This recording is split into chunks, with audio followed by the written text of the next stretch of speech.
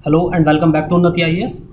UPSC के syllabus में जैसे कि हम हमारी इंडियन नेशनल मूवमेंट की सीरीज चल रही थी, स्पेक्ट्रम हम कवर कर रहे थे और स्पेक्ट्रम का आज हमारा एट्थ लेक्चर है। इसमें हम चैप्टर 5 कंप्लीट करेंगे। चैप्टर 5 हमारा पूरा रिवोल्ट पर बेस्ड है। हम देखेंगे कि 1857 से पहले किस प्रकार के रिवोल्ट हुए हैं भारत में। आज़ादी के चरण में, स्वतंत्रता प्राप्ति के चरण में जो रिवोल्ट हुए हैं उसमें 1857 से पहले के रिवोल्ट क्या हैं, उनकी क्या क्या परिस्थितियां बनी, उनकी सामाजिक परिस्थिति क्या थी, आर्थिक परिस्थिति क्या थी और राजनीतिक परिस्थिति क्या थी। जैसे कि हमने पिछले लेक्चर्स में देखा था कि अंग्रेज़ों के आगमन से, यूरोपियंस के आगमन से स्पेशली, कि यूरोपियंस कैसे भारत में आए, फिर उन्होंने कैसे आपस में कंपटीशन किया और व्यापार की प्रतिस्पर्धा में, कंपटीशन में, बिजनेस की, कॉमर्स, ट्रेड एंड कॉमर्स की प्रतिस्पर्धा में उन्होंने अपनी ही आपस में एक दूसरी ताकतों को ख़त्म किया और जिसकी सेना, स्पेशली जिसकी नौसेना सबसे ज़्यादा मजबूत थी, उसी ने ही आखिरकार भारत पर अपना शासन स्थापित किया। इस लेक्चर के लास्ट में हम कुछ चर्चा करेंगे थोड़ा बुक्स पर।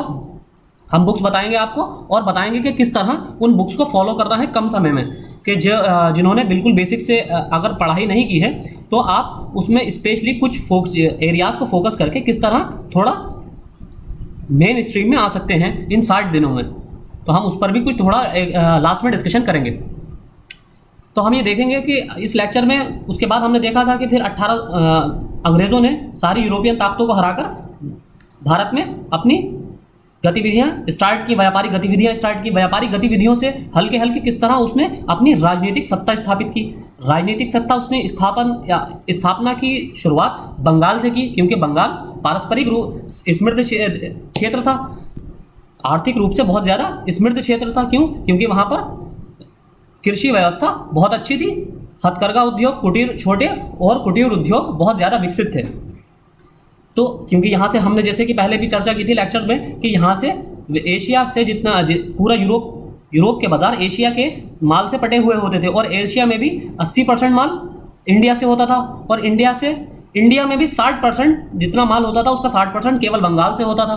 तो ये सारा, इसकी वजह से अंग्रेज आकर्षित हुए, यूरोपियन ताकतें आकर्षित हुई, उन्होंने बंगाल पर शासन किया हल्के हल्के। औरंगजेब के बाद जैसे मुगलों की ताकत कम होना शुरू हो गई, क्षेत्रीय ताकतें उभरने लगी, तो अंग्रेजों ने आपस में फूट डालकर किस तरह भारत में अपनी राजनीतिक सत्ता की स्थापना की और फिर धीरे धीरे उन्होंने पूरे भारत पर अपना राज्य स्थापित कर लिया। अब जैसे इस सीरीज में जिस तरह उन्होंने क्षेत्रीय ताकतों को दबाना शुरू किया, तो वहाँ के स्थानीय जो लोग थे उन्होंने उस पर आंदोलन करना शुरू किए। क्यों? अब तक वो अपने क्षेत्रीय राजाओं के अंतर्गत थे। तो कुछ जगह पर क्षेत्रीय राजाओं ने अपने स्थानीय नागरिकों का साथ भी दिया और कुछ जगहों पर क्षेत्रीय राजाओं ने अपनी सत्ता बनाए रखने के लिए, अपना कंट्रोल बनाए रखने के लिए अंग्रेजों का साथ देकर स्थानीय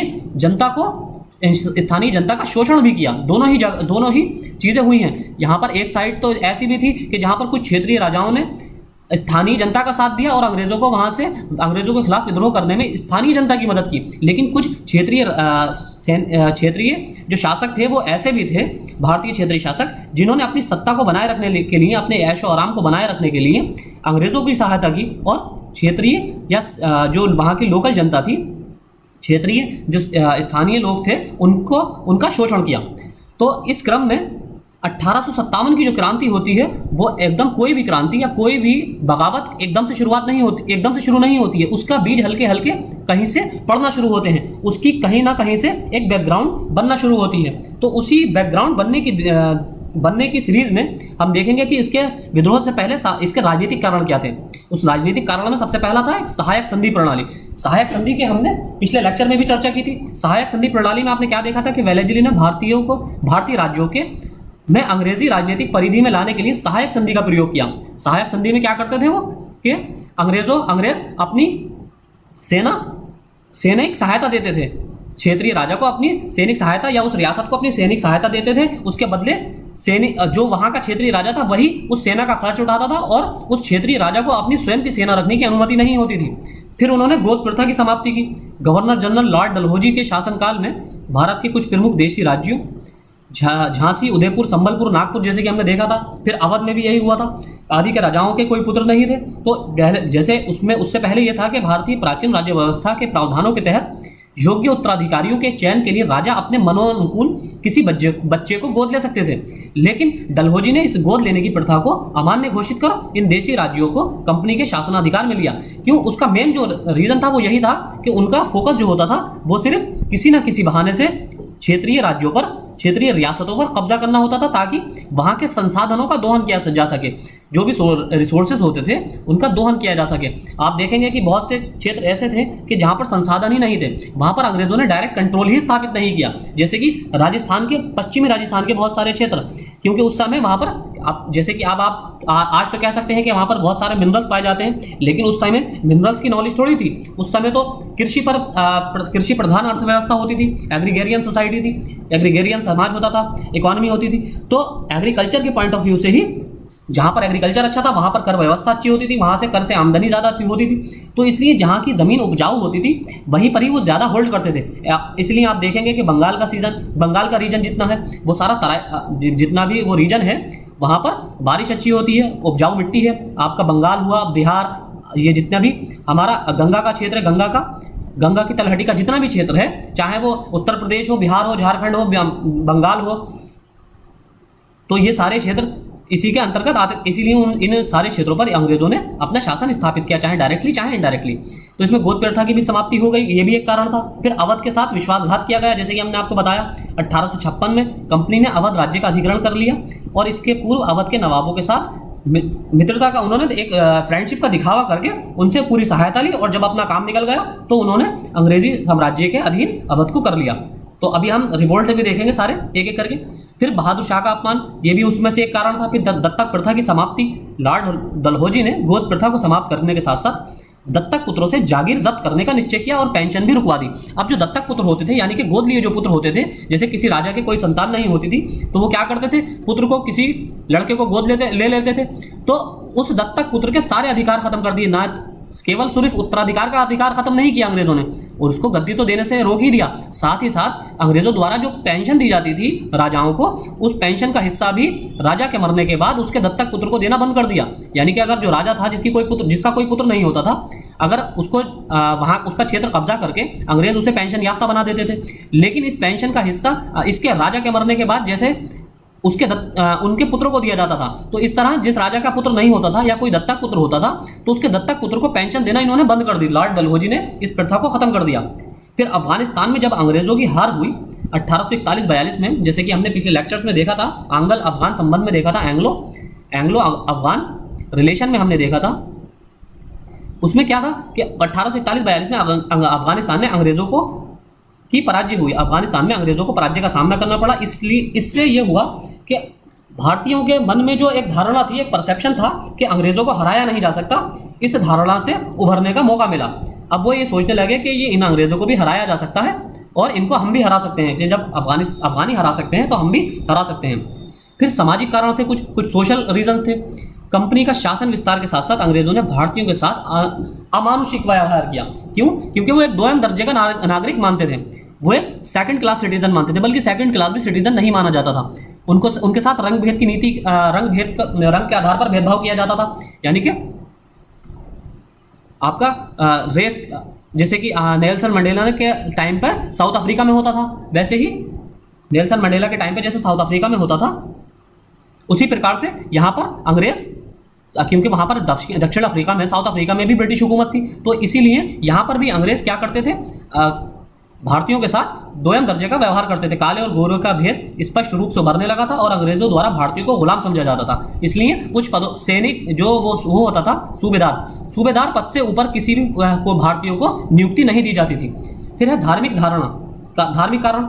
अब भारत में अंग्रेजों ने जैसे कि हमने शुरू में देखा था कि अंग्रेजों की जो मंशा थी, या जितने भी यूरोपियन आए थे उनकी जो मंशा थी, व्यापार करने की तो थी ही, व्यापार तो उन्होंने किया ही, लेकिन वो साइड बाय साइड क्या करते थे, वो ईसाई धर्म का प्रचार प्रसार करते थे, और कहीं पर जहां उनको मौका मिलता था वो ईसाई धर्म को लालच देकर भी लोगों को कन्वर्ट करते थे, और ताकत के बल पर भी जबरन भी उनसे धर्म परिवर्तन कराया जाता था। तो इस भारतीयों को धार्मिक दृष्टि से कुठाराघात हुआ इसमें। इस काल में योग्यता की जगह धर्म को पद का आधार बनाया गया। जो कोई भी भारतीय ईसाई धर्म को अपना लेता था उसकी पदोन्नति कर दी जाती थी, यानी कि उनको पदों में भी लालच देकर, पदोन्नति का, प्रमोशन का लालच देकर उनको कन्वर्ट किया जाता था। फिर आर्थिक कारण, लास्ट कारण क्या थे? Economic reason. अब ईस्ट इंडिया कंपनी ने भारत के उद्योग धंधों को नष्ट कर दिया। क्यों? क्योंकि जब उन्होंने बंगाल की जैसे हमने देखा था कि अवध के नवाब ने बंगाल का क्या किया था, इनको बंगाल के दीवानी अधिकार दे दिए थे। और दीवानी अधिकार कौन से होते थे? राजस्व अधिकार, रिवेन्यू इनको राइट्स मिल गए थे। अब इनको यहाँ से रिवेन्यू वसूलने का अधिकार था। अब जब ये क्या करते थे, जब रिवेन्यू वसूलने का अधिकार मिल गया इन्हें, तो इन्होंने ज़्यादा से ज़्यादा रिवेन्यू वसूलने की कोशिश की।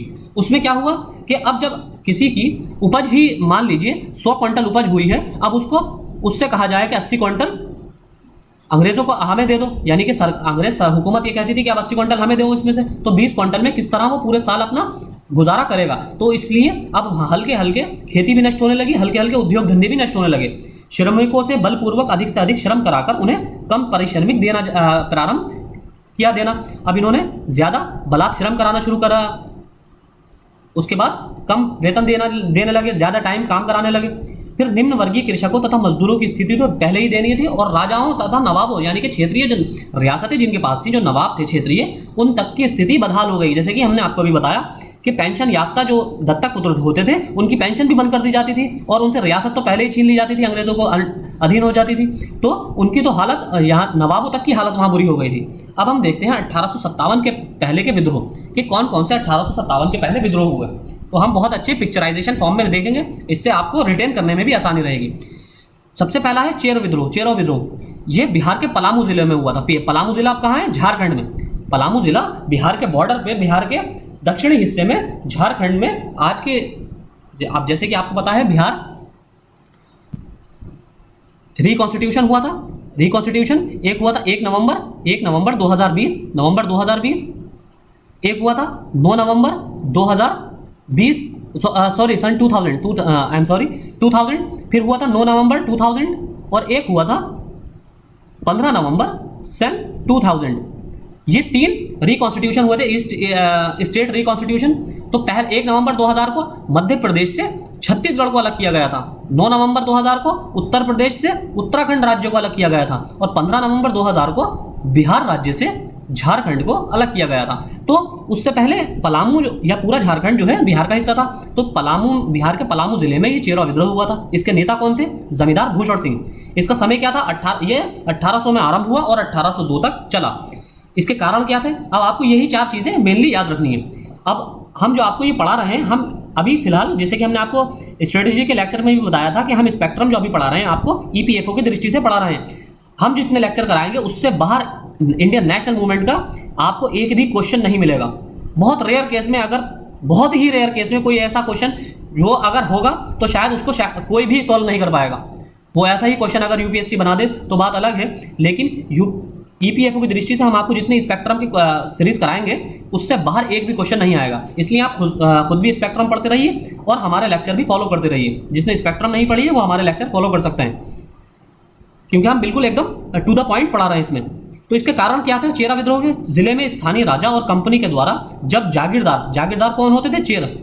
चेर जो होते थे जागीरदार होते थे, इनसे जमीन छीन ली गई। तो वहां के जागीरदारों ने राजा और कंपनी के विरुद्ध विद्रोह शुरू कर दिया। दूसरा है, बिल्कुल एकदम हम टू द पॉइंट देखेंगे, फकीर विद्रोह का स्थान क्या था? बंगाल। इसका नेता कौन थे? नेतृत्व एक फकीर नेता मजनून शाह ने किया। मजनून शाह की मृत्यु के बाद आंदोलन की बागडोर चिराग अली शाह ने संभाली। तो आप ये जो फैक्ट्स हैं बिल्कुल याद रखें, क्योंकि आपसे मैच द फॉलोइंग में पूछे जा सकते हैं ये फैक्ट, और साथ ही ये आपसे क्रोनोलॉजिकल भी पूछे जा सकते हैं कि कौन सा कब हुआ था।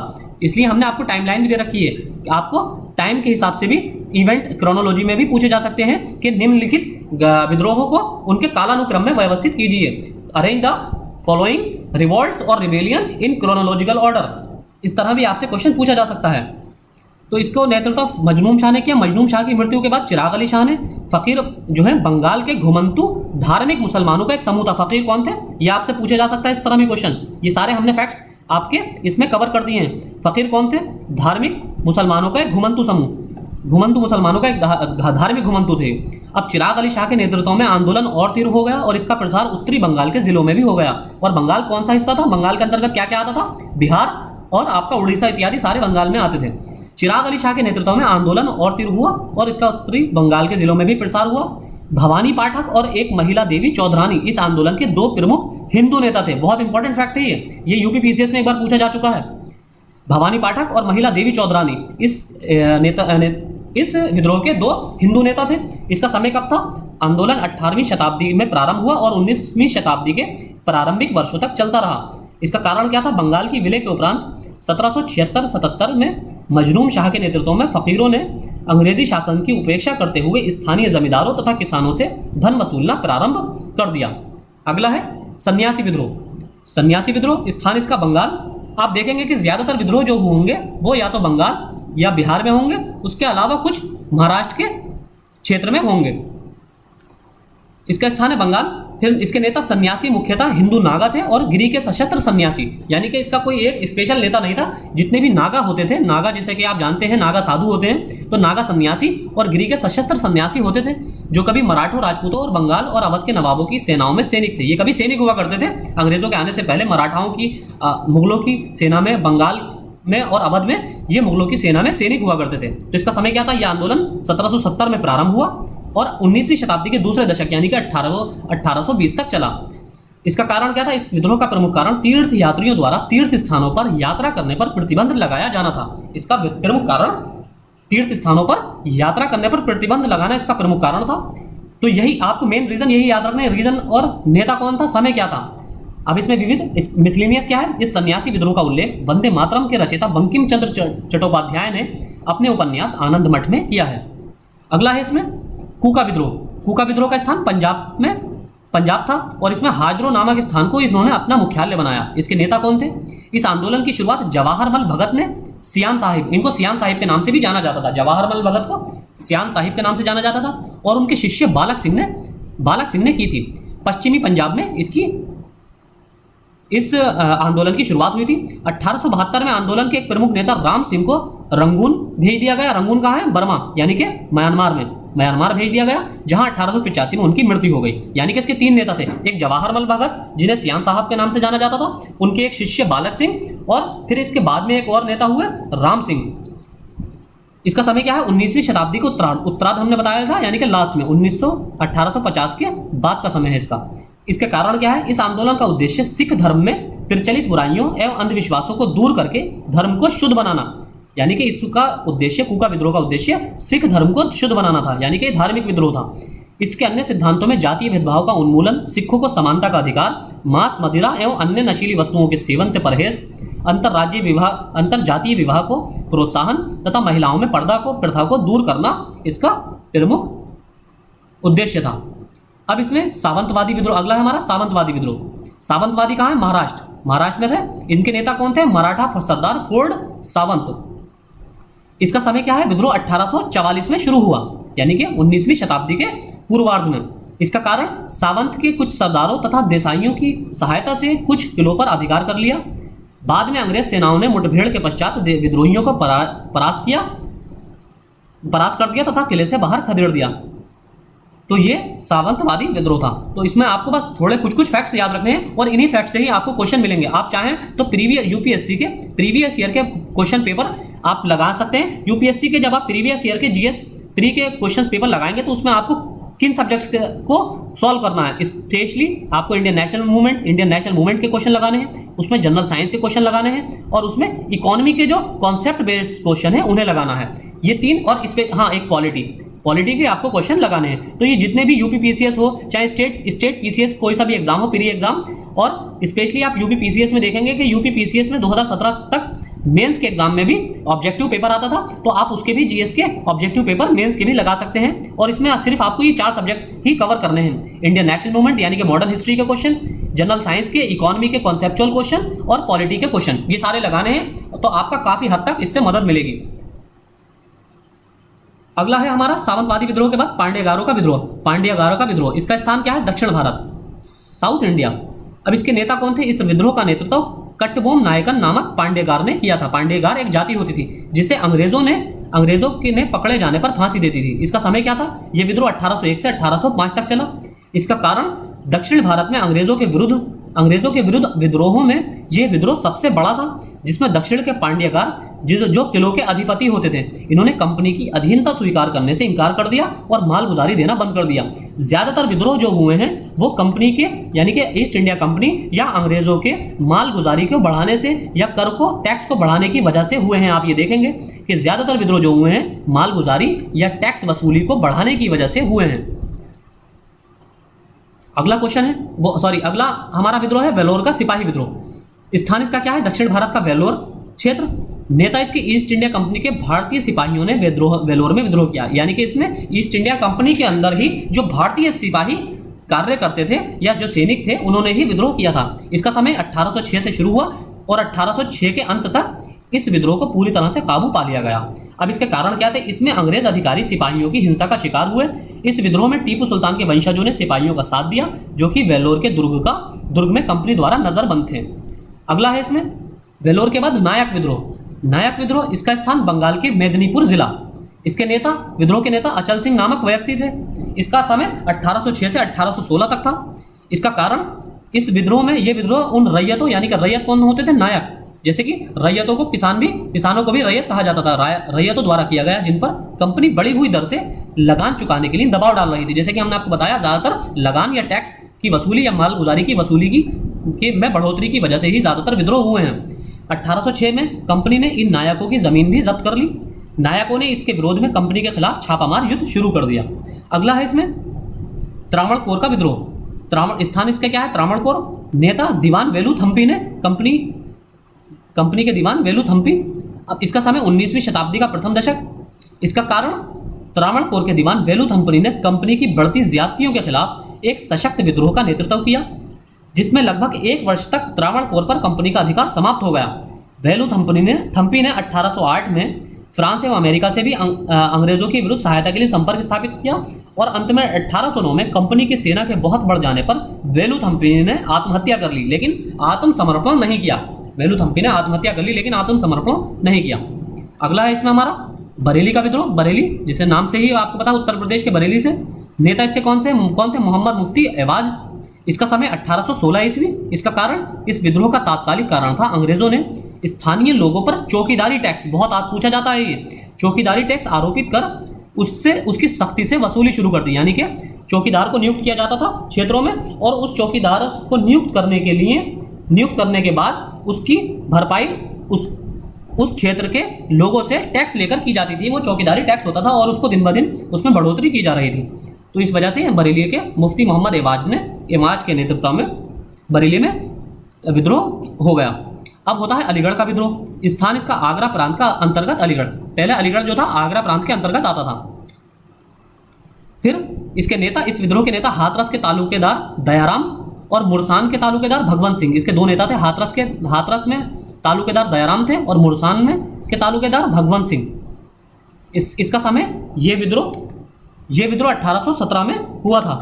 1817 इसका समय था। इसका कारण आगरा प्रांत के अंतर्गत अलीगढ़ के किसान जमींदार एवं ईस्ट इंडिया कंपनी की प्रशासनिक फेरबदल से असंतुष्ट थे। यानी कि यहाँ पर एडमिनिस्ट्रेटिव चेंजेस किए जा रहे थे।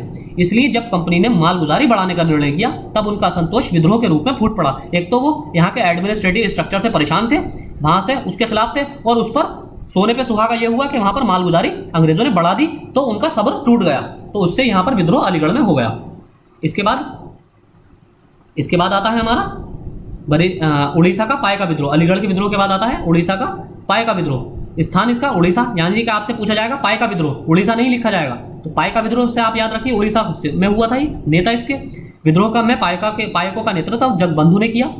इसका समय 1817 में ये शुरू हुआ और 1818 में आकर शिथिल पड़ गया, यानी कि कमजोर पड़ गया। अब जगबंधु 1821 तक अंग्रेजों का प्रतिकार करता रहा, यानी कि ये 1800 इसको मोटा मोटा आप मान सकते हैं 1817 से 1821 तक ये विद्रोह चला। इसका कारण क्या था? अन्य रियासतों की तरह अंग्रेजों ने उड़ीसा में भी भूमि कर में बेतहाशा वृद्धि कर दी थी और इसकी वसूली भी बड़ी सख्ती से कर रहे थे। इस अत्याचार से हजारों किसान खेतों को छोड़कर जंगल भागने लगे, यानी कि उन्होंने खेती ही करना छोड़ दी क्योंकि बहुत ज्यादा मालगुजारी या भूमि कर में वृद्धि की जा रही थी। परंतु स्थानीय पायकों ने, जो कि मुगलों एवं मराठों के विरुद्ध मोर्चा ले चुके थे, अंग्रेजों का प्रभावी प्रतिरोध किया और खुर्दा जैसे स्थानों पर उन्हें करारी मात दी। खुर्दा पर इन्हें मात दी गई। ये उड़ीसा में विद्रोह हुआ था। इसके बाद आता है हमारा कित्तूर का विद्रोह। इसका स्थान क्या है? कित्तूर। इसके नेता महारानी चेन्नम्मा। इन्होंने अंग्रेजों के विरुद्ध विद्रोह किया और बाद में 1829 में रायप्पा के नेतृत्व में विद्रोह हुआ। यानी कि इसके दो थे नेता, एक तो थी महारानी चेन्नम्मा थी इसकी नेता, और दूसरे कौन थे? दूसरे रायप्पा थे इसके नेता। इसका समय पहले 1824 में महारानी चेन्नम्मा के नेतृत्व में, उसके बाद 1829 में रायप्पा के नेतृत्व में ये विद्रोह हुआ। इसका कारण क्या था? उत्तराधिकार के प्रश्न को लेकर अंग्रेजों का कित्तूर राज्य से विरोध हो गया, जब उन्होंने अंतिम शासक शिवलिंग रुद्र के उत्तराधिकारी को वास्तविक मानने से मना कर दिया। यानी कि ये यही करते थे कि या तो दत्तक पुत्र जो होता था उसको वास्तविक नहीं मानते थे, या फिर अंग्रेज जो राजा होता था उसके पुत्र को, उसका कोई पुत्र ना होने पर अगर उसके किसी दूसरे सगे भाई के बड़े पुत्र को या छोटे पुत्र को राजा बना दिया जाता था तो ये उसको भी मान्यता अंग्रेज नहीं देते थे। तो इसलिए उत्तराधिकार के प्रश्न पर यहाँ पर विद्रोह हो गया। अब अगला क्या है? रामोसिस विद्रोह। इसका स्थान क्या है? पूना में हुआ था। इसके नेता 1822 ईस्वी में चित्तूर सिंह थे इसके नेता। 1826 में उमा जी के नेतृत्व में ये रामोसियों ने विद्रोह किया। रामोसी ने 1822 में पहले चित्तूर सिंह के नेतृत्व में किया, फिर 1826 में उमा जी के नेतृत्व में हुआ। यानी कि इसके भी दो नेता, चित्तूर सिंह और उमा जी। इसका समय 1822 में पहला चरण और 1826 में दूसरा चरण। 1822 में किसके नेतृत्व में? चित्तूर सिंह, और 1826 में उमा जी के नेतृत्व में। इसका कारण पूना के रामोसिस, यानी कि रामोसिस कौन थे? मराठा युगीन पुलिस थी। ये अंग्रेजों के शासनकाल में बेकार हो गए थे, यानी कि इनको कोई काम नहीं था इनके पास, और ऊपर से उनके पास जो जमीन बची थी उस पर अंग्रेजों ने लगान की दर बहुत बढ़ा दी। जैसे कि हमने आपको बताया जितने भी विद्रोह हुए हैं उसमें से 80% विद्रोह आपको, एक तो स्थान उनका क्या है? या तो बंगाल, बिहार, उत्तर प्रदेश और उड़ीसा, ये स्थान आपको ये मिलेंगे ज़्यादा 80%, और 80% कारण क्या मिलेगा? मालगुजारी या कर दर में वृद्धि कर देने की वजह से विद्रोह हुए हैं। फिर अगला है इसमें अहोम विद्रोह कि इसका स्थान क्या है? असम। अहोम विद्रोह का स्थान असम है। सॉरी, गलत हो गया। अहोम विद्रोह इसका स्थान असम। 1828 इसका नेता 1828 से 1830 ईस्वी तक गदाधर सिंह के नेतृत्व में, और 1830 ईस्वी में असमियों ने कुमार रूपचंद के नेतृत्व में विद्रोह किया। यानी कि इसके भी दो नेता थे। 1828 से 1830 तक किसके नेतृत्व में किया इन्होंने? गदाधर सिंह के नेतृत्व में, गदाधर सिंह। फिर उसके बाद इनके बाद क्या हुआ? 1830 में असमियों ने कुमार रूपचंद। 1830 के बाद किसने नेतृत्व किया इस विद्रोह का? कुमार रूपचंद। ये दोनों की फोटो है।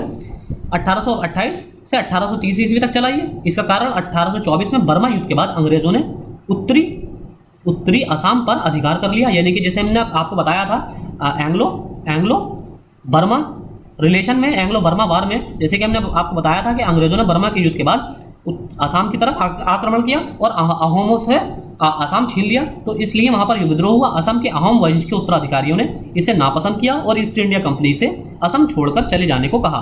तो इस बात पर यहाँ पर विद्रोह हो गया। फिर अगला है हमारा विशाखापट्टनम का विद्रोह। इसका स्थान क्या है? मद्रास प्रेसिडेंसी के अंतर्गत विशाखापट्टनम जिला विशाखापट्टनम। इसके नेता 1830 ईस्वी में जमींदार वीरभद्र राजे और 1832 से 34 ईस्वी में जमींदार जगन्नाथ राजे। यानी कि इसके भी दो नेता थे। 1830 में किसके नेतृत्व में हुआ? वीरभद्र के नेतृत्व में, और 1832 से 34 में किसके नेतृत्व में? जगन्नाथ राजे के नेतृत्व में, जगन्नाथ राजे। तो इसका समय प्रथम चरण 1821 से 31 तक और द्वितीय चरण 1832 से 34 जो कि जगन्नाथ राजे के नेतृत्व में हुआ था। इसका कारण 1821 से 31 के बीच पालकोंडा के जमींदार ने राजस्व वसूली के प्रश्न पर विद्रोह किया। 1830 में विशाखापट्टनम के जमींदार वीरभद्र राजे ने पेंशन के सवाल पर अंग्रेजों के खिलाफ विद्रोह किया। पहले तो जमींदार राजस्व की वसूली पर विद्रोह हुआ, फिर उसके बाद पेंशन के सवाल पर विद्रोह हुआ। 1832 से 34 ईस्वी में जगन्नाथ राजे के नेतृत्व में विशाखापट्टनम के ही एक अन्य जमींदार जगन्नाथ राजे ने उत्तराधिकार विवाद में अंग्रेजों के हस्तक्षेप की वजह से विद्रोह कर दिया। फिर अगला होता है कुर्ग का विद्रोह। कुर्ग दक्षिण भारत में कुर्ग एक स्थान है, वहां पर यह विद्रोह होता है। इसका स्थान नेता इसके सभी कुर्गवासी, यानी कि इसमें कोई एक खास नेता नहीं था, सभी निवासियों ने, स्थानीय निवासियों ने ये अंग्रेजों के विरुद्ध विद्रोह किया था। इसका समय 1833 से 34। इसका कारण दक्षिण भारत में 1833 से 34 में कुर्गवासियों द्वारा अंग्रेजों के विरुद्ध लड़ी गई लड़ाई संगठित नागरिक विद्रोह की मिसाल है। यदि वहाँ के राजा वीर राजा ने जनता की तरह बहादुरी दिखाई होती तो अंग्रेजों को निर्णायक हार का सामना करना पड़ता। तो वहाँ पर अगर जैसे कि हमने इसमें देखा, इसकी वजह ये थी कि अंग्रेजों ने के खिलाफ वहाँ के निवासियों ने ही, स्थानीय निवासियों ने ही विद्रोह कर दिया। और क्या किया? क्षेत्रीय राजा ने अंग्रेजों का साथ दे दिया। अगर वहाँ पर जनता इतनी ज़्यादा मजबूत थी कि अगर क्षेत्रीय राजा निवासियों का साथ दे देता तो वहाँ शत% अंग्रेजों को हार का सामना करना पड़ता। फिर अगला होता है गुमसुर का विद्रोह। गुमसुर का स्थान उड़ीसा का गुमसुर। फिर होता है गुमसुर का विद्रोह। गुमसुर का स्थान क्या था? उड़ीसा का गुमसुर जिला। तो इसके नेता कौन थे? धनंजय। समय 1835 ईस्वी से 1837 ईस्वी। और इसका कारण 1800 से 1805 के बीच हुए गंजाम विद्रोह के नेतृत्व जिस श्रीकर भंज ने किया था, उन्हीं के पुत्र धनंजय ने। ये कौन थे? धनंजय कौन थे? श्रीकर भंज के पुत्र। श्रीकर भंज कौन थे? जिन्होंने गंजाम विद्रोह का नेतृत्व किया, उन्हीं के पुत्र थे धनंजय। 1835 में इन्होंने गुमसुर की जमींदारी में लगान के बकाए के परिश्रम पर विद्रोह किया। और 1835 के अंत में धनंजय की मृत्यु के बाद आम जनता ने इस विद्रोह को जारी रखा और फरवरी 1837 ईस्वी में अंग्रेजों ने इसे पूरी तरह दबा दिया, इस विद्रोह को खत्म कर दिया। अब इसके बाद होता है वहाबी आंदोलन, वहाबी मूवमेंट। इसका स्थान क्या है? बरेली, बिहार, बंगाल। ये 3 स्थानों पर था, बरेली, बिहार और बंगाल में। इसके नेता बरेली में कौन थे? सैयद अहमद बरेलवी। बिहार में कौन थे? 1831 में बरेलवी की मृत्यु के बाद बिहार में इनायत अली और विलायत अली। बिहार में इसके 2 नेता थे, इनायत अली थे और विलायत अली थे, विलायत अली। और इसका बंगाल में कौन थे? तीतू मीर और दूदू मियाँ। बंगाल में भी 2 नेता थे, तीतू मीर थे और दूदू मियाँ। इसका समय 1830 से 1869 ईस्वी। इसके कारण वैसे तो इस आंदोलन का लक्ष्य इस्लाम में सुधार लाना था, पर भारत में इसका लक्ष्य अंग्रेजों एवं शोषक वर्ग के अन्य लोगों का विरोध करना हो गया। पटना इस आंदोलन का प्रमुख केंद्र था। ये बहुत इंपॉर्टेंट पॉइंट है, पटना इसका केंद्र था और इसका प्रसार संपूर्ण भारत में हो गया। फिर अगला होता है फराजी आंदोलन। फराजी आंदोलन क्या है? इसका स्थान बंगाल के फरीदपुर जिला। इसके नेता शरीयतुल्लाह और उसके पुत्र मोहम्मद मोहसिन। मोहम्मद मोहसिन को ही दूदू मियाँ कहा जाता था। यानी कि बंगाल में जो वहाबी आंदोलन के जो नेता थे, 2 नेता तीतू मीर और दूदू मियाँ, उसमें से एक दूदू मियाँ जो थे उनका नाम क्या था? मोहम्मद मोहसिन। आपसे डायरेक्ट मोहम्मद मोहसिन भी एग्जाम में क्वेश्चन में दिया जा सकता है, दूदू मियाँ ना देकर मोहम्मद मोहसिन का भी नाम दिया जा सकता है, इसलिए आपको दोनों नाम याद रखने हैं। तो इसके नेता कौन थे? फराजी आंदोलन के शरीयतुल्लाह और उनके बेटे मोहम्मद मोहसिन यानी कि दूदू मियाँ। इसका समय 1818 से 1819 ईस्वी। इसके कारण इस आंदोलन का भी मुख्य उद्देश्य इस्लाम में सुधार करना था, पर यह वहाबियों का विरोधी था। बंगाल में कालांतर में इस आंदोलन ने अंग्रेजों के विरोध का रूप कर लिया। फिर इसके बाद होता है संबलपुर का विद्रोह। इसका स्थान क्या है? संबलपुर। नेता सुरेंद्र साई। इसका समय 1833 से 1862। इसका कारण क्या था? संबलपुर में उत्तराधिकार के परिश्रम पर अंग्रेजों के हस्तक्षेप के विरोध में कई चरणों में गोंडों ने विद्रोह किए। 1839 ईस्वी में सुरेंद्र शाही के नेतृत्व में एक बार फिर विद्रोह हुआ और इसके कारण नए भूमि बंदोबस्त के द्वारा राजस्व में अंग्रेजों द्वारा वृद्धि कर देना था। इसका कारण क्या था इस विद्रोह का? कि भूमि बंदोबस्त में राजस्व में अंग्रेजों द्वारा वृद्धि कर देना, यानी कि लगान में वृद्धि कर देना। वही हर बार एक सा ही कारण था। अगला है कोलिय विद्रोह। कोलिय विद्रोह क्या था? इसका स्थान पश्चिमी घाट तथा उसके सीमावर्ती भाग। इसके कई सारे नेता थे, जैसे भावसरे, चिमनाजी यादव, नाना दरबारे, रघु भंगारिया, बापू भंगारिया। ये आपको याद रखने की आवश्यकता नहीं है। इसका समय क्या है? पहला चरण 1824 से 25, दूसरा चरण 1839 से 1850। इसका कारण या उद्देश्य कोलिय मध्यकालीन भारत में दुर्गों के सैनिक के रूप में काम करते थे। अंग्रेजों का शासन स्थापित हो जाने के बाद दुर्गों का महत्व नहीं रहा और उन्हें तोड़ दिया गया। ऐसे में इनके पास से काम खत्म हो गया, यानी कि बेरोजगार हो गए। ये कोलिय बेरोजगार हो गए और इन्होंने विद्रोह के झंडे उठा लिए या जगह जगह विद्रोह करने लगे। फिर इसके बाद हमारा है सेकंड लास्ट गडकरी विद्रोह। गडकरी विद्रोह इसका स्थान मराठा क्षेत्र, समानगढ़, कोल्हापुर ये आदि इस विद्रोह के केंद्र थे। ये समानगढ़, कोल्हापुर इस विद्रोह के प्रमुख केंद्र थे। मराठा का जो पूरा क्षेत्र था उसमें ये 2 क्षेत्र समानगढ़ और कोल्हापुर ये केंद्र थे। इसके नेताजी बाबाजी अहिरकर इस विद्रोह के प्रमुख नेता थे। इसका समय 1844 ईस्वी। इसका कारण गडकरी भी दुर्गों में सैनिक के रूप में काम करते थे, जिसके बदले इन्हें करमुक्त ज़मीन मिला करती थी। अंग्रेज़ों का शासन हो जाने के बाद ये बेगार तो हो ही गए, लेकिन इनकी ज़मीनों पर कर भी आरोपित हो गया। यानी कि जो गडकरी होते थे, गडकरी को क्या मिलता था? गडकरी को दुर्ग होते थे, इनके पास दुर्गों में सैनिक होते थे, लेकिन इनको काम इसके बदले क्या मिलता था? इन्हें करमुक्त ज़मीन मिलती थी। इनको ज़मीन दे दी जाती थी, भूमि दे दी जाती थी, जिस पर इन्हें कर नहीं देना होता था। इनको वेतन के बदले इस तरह की व्यवस्था थी। लेकिन अंग्रेजों ने क्या किया? दुर्ग तो खत्म करे ही, तो दुर्ग खत्म होने से इनके पास काम खत्म हुआ, लेकिन अब जो इनके पास ज़मीन थी उस पर टैक्स लिया जाने लगा। तो इस वजह से इसमें गडकरियों ने 1844 में विद्रोह कर दिया। और हमारा लास्ट है बुंदेला विद्रोह। इसका स्थान क्या था? बुंदेलखंड। इसके नेता जवाहर सिंह और मधुकर शाह। इसका समय 1842 से 1843। इसका कारण और उद्देश्य 1835 ईस्वी में अंग्रेज़ों ने उत्तर पश्चिमी प्रांत नामक एक नया प्रांत बनाया, जिसमें मराठों से छीने गए आधुनिक मध्य प्रदेश के 2 जिले भी मिलाए गए, जो सागर और दमोह 2 जिले मध्य प्रदेश के जो हैं, आज मध्य प्रदेश में है ये दोनों।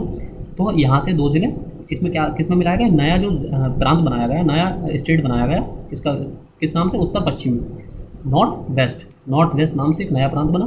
तो इसमें मराठों से ये दो जिले सागर और दमोह छीन कर इसमें मिला दिए गए, और इस प्रांत में बर्ड कमीशन के प्रतिवेदन पर महलवारी बंदोबस्त स्थापित किया गया। जैसे कि हम पढ़ेंगे स्थायी बंदोबस्त, महलवारी बंदोबस्त और रैयतवाड़ी बंदोबस्त की सारा हम पढ़ेंगे, जिसमें 20 वर्षों तक के लिए लगान का निर्धारण बड़ी दर पर कर दिया गया। इससे यहाँ पर विद्रोह हो गया। तो ये हमारे 1857 के पहले के सारे विद्रोह थे, हमने कवर कर लिए।